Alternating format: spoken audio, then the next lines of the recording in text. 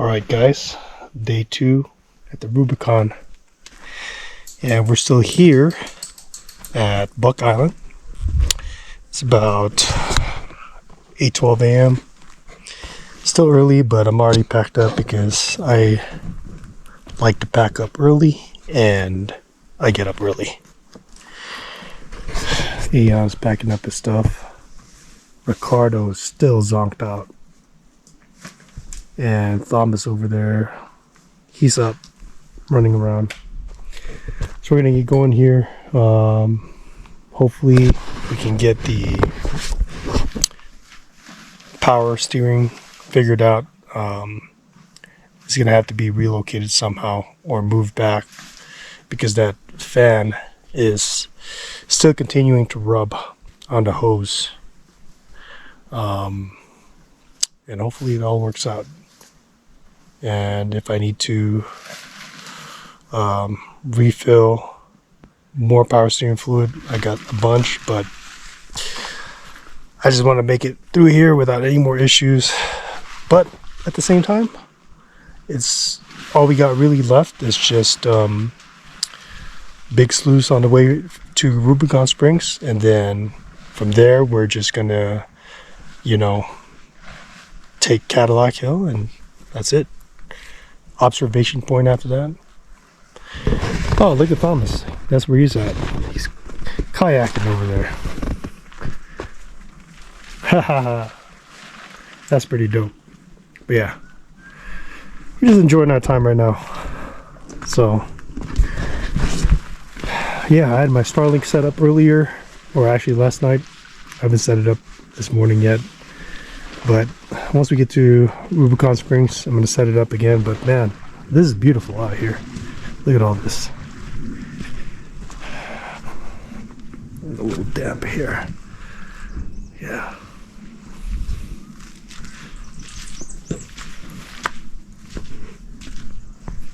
Haha.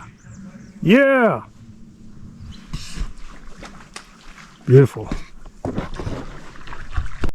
Alright guys, we are here by close to Big Sluice. Thomas is over there spotting, as you see, he is spotting Ricardo. It's very tight. I don't even know how I got through because I'm wider than both these guys, but I was able to make it in. A bunch of guys are stuck up there right now, so we're taking this little bypass. They closed off the bypass that we were originally going to take,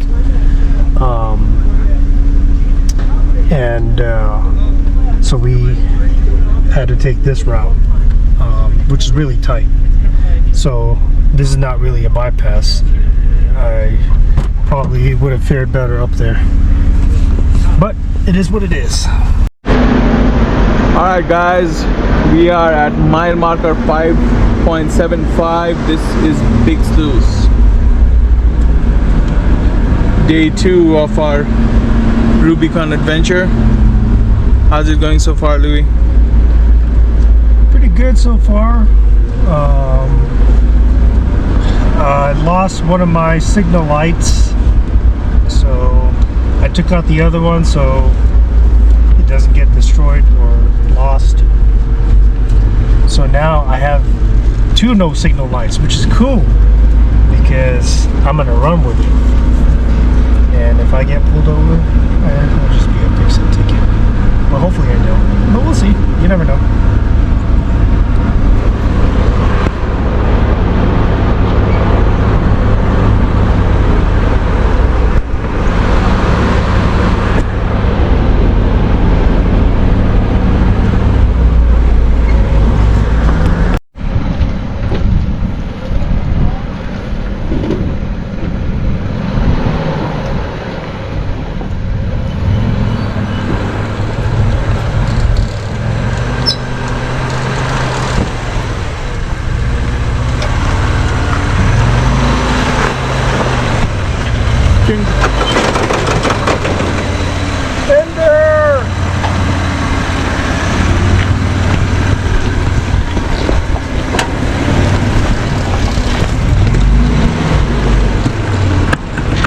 you doing?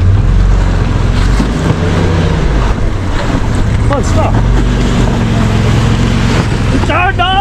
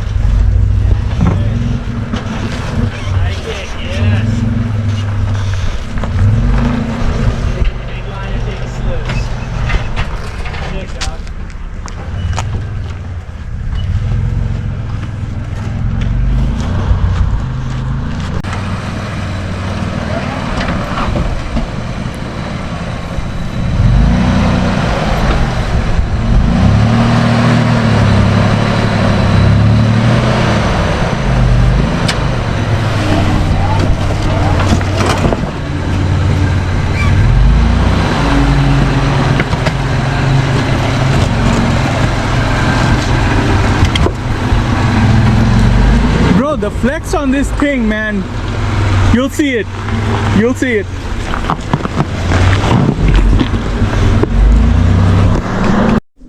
All right, guys. So there's always going to be drama while we're out here. So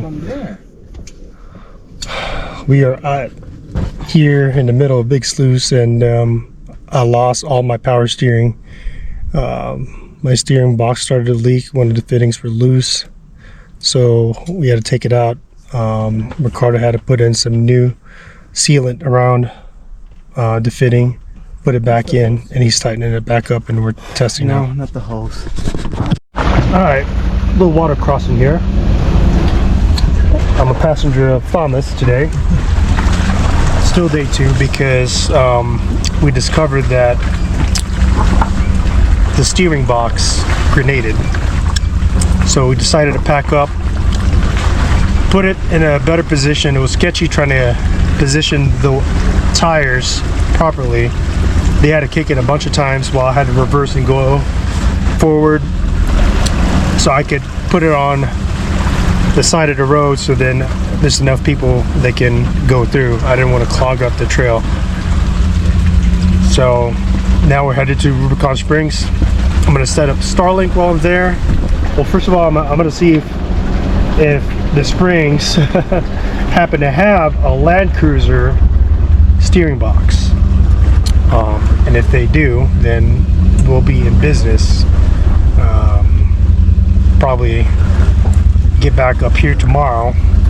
Probably just hike it.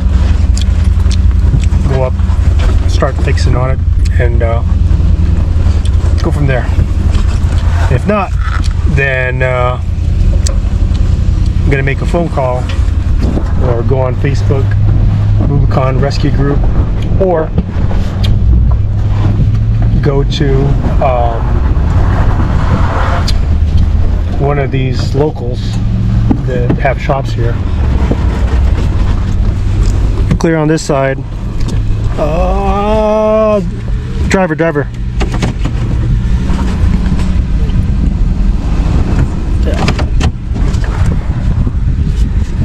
So it's just going to be your sliders right now on this side. So they can get out here and hopefully get me a steering box. You're clear. It's going to touch sliders. No passenger here. Alright. Well, I'm over here at the slabs right now. I found us a good camping spot, but waiting for the group to get here so I'm able to set up Starlink and make a phone call out for a group to come out here. Somebody with a steering box for an FJ80. It's still going to be sketchy trying to get it out, and it's going to be really difficult to try to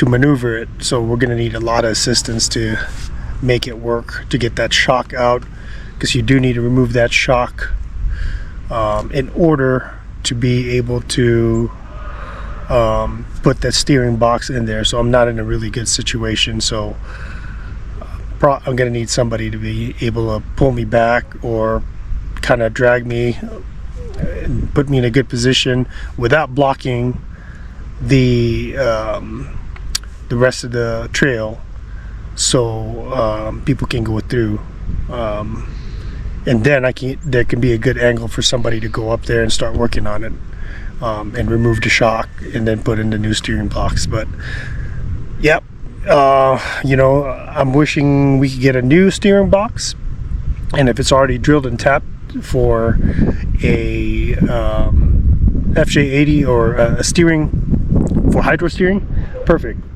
But if it's not, then I'm just gonna cap the steering where it's at, and just drive with no hydro assist, and it'll just be all manual. So it'll be a little tough, but it is what it is. That's what I have to settle with.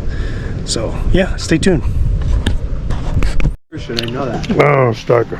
But yeah, we're at camp. I was in just had car, but steak. I was in forward since to Afghani. Everybody has steak, and now we're having an ice cream. Hell And yeah, michelada. brother. How can you beat that, man? You know, despite all the bullshit that we went through today. Oh yeah, by the way, FJ80 box is hard to see. Hold on.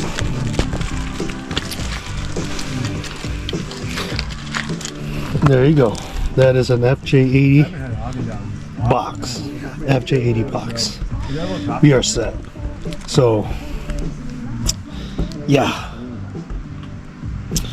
Broke the power steering box, FJ80, and we sourced one here at the Rubicon Springs. So shout out to the Rubicon staff, and especially Mr. Sacramento, or not Sacramento, what's his name? Alabama. Something Bob. Rob. So, yeah, we're gonna put this on tomorrow. But yeah, so we're in a sketch situation, but it's enough where we don't have the springs fully compressed out. Now it's cinched in, so he's able to remove it with no issues, and he's able to get in there, get the shocks out of the way, and start working on it. So we're gonna get the pitman puller out now, pull that out, and we'll be good. He's already taken out the drag link, so yep, that's where we're at. Alright guys, we're at the base of Cadillac Hill now. We're gonna be climbing that big granite slab.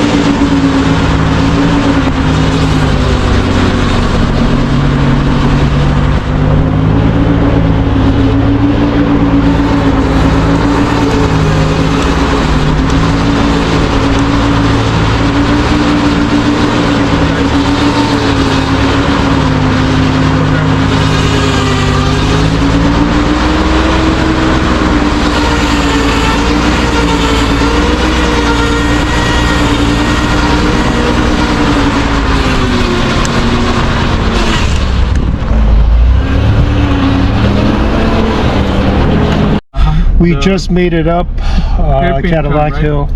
Yep. So we're I'm almost about to get over there. I'm sorry. at the Noise, observation noise. point. So we're doing pretty good on our time. You know, kind of we're gonna celebrate a little bit and then get going again. But man, my biceps and my forearms are killing me. It's not bad when the RPMs are high. It's when it's super low. That's when it's killing my arms. U.S. Army. Can't complain, U.S. Army.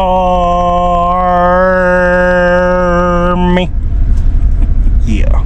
Man, I can't believe I just made it up observation point again. Manual steering the whole way up Cadillac Hill. It was insane. I got a really good bicep and forearm workout out of it, but here we are. We are at the famous observation point. As you see right here, you got Aeon there in the back. Took us less than an hour and a half to do Cadillac Hill. Yeah, it took us an hour and a half to get through Cadillac Hill, and probably less if I didn't have to stop. But yeah, making good progress, you know. My goal is to just get out of here, get out of this trail, get the steering sorted out when I get home. But we're gonna hotel it tonight somewhere, probably Lake Tahoe or Stockton, depending on the time, wherever we head to. But I'm gonna test it out, how it feels on the road. It feels like it's a lot easier to steer once the RPMs are up. It's making a lot of whining noise, obviously, because it's a new steering box and didn't get to bleed out properly like we wanted to, but it's all good. It's all good. We made it. You know, another adventure, man. Like, so much drama on this trip, and a lot of luck, a lot of luck, a lot of luck. Just luck of the draw on a lot of things going right, you know. So I'm just blessed that it all worked out, but I'm very happy. Here we are. So I'll quit yapping and let you guys look at this observation point.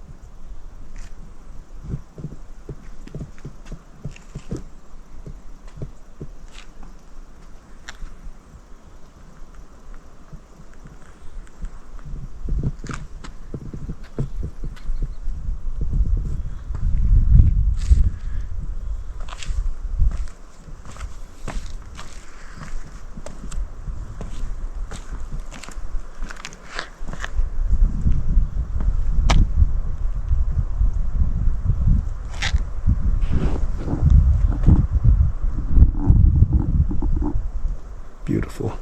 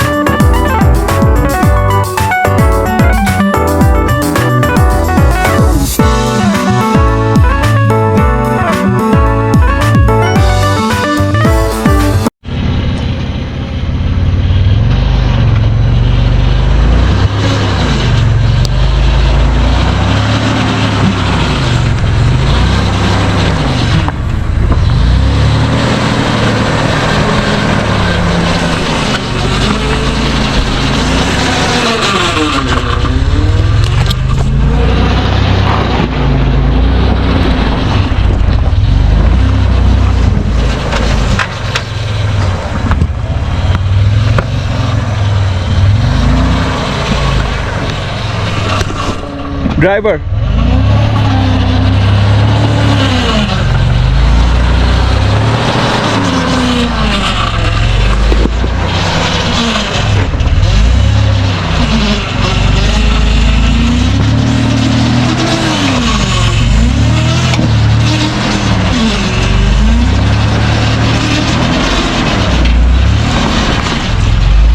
And that's the gatekeeper on the South Lake Tahoe side. Done. Congratulations, Louis. Third time lucky. And let's see where that plaque is. If we can find it. If not, we'll keep moving. Yeah, I don't see it. Huh?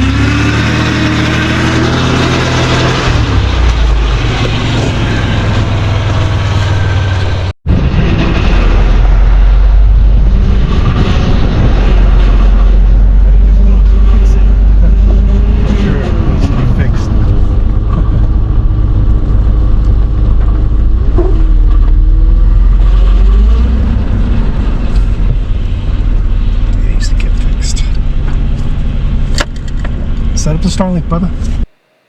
So when I got home, I sent over my broken steering box to Redhead Steering Gears, and these are the pictures that they sent me after they took it apart. First of all, they said that I had it ported in the wrong places. So I shouldn't have drilled and tapped it where it was, because it caused a lot of pressure, which caused the steering box essentially to explode.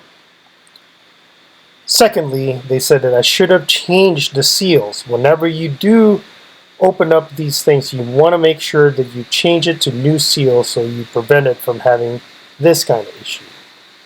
So the lesson learned here, guys, is make sure you send this stuff to the experts. Don't shortcut it. Don't send it to somebody who's never done this before, or try to attempt to do it yourself, or a friend who doesn't know what they're doing. This is what's going to happen to you. So heed my advice. Just go ahead and buy ones, cry ones, do it the right way, and it'll be better for you in the long run. Trust me.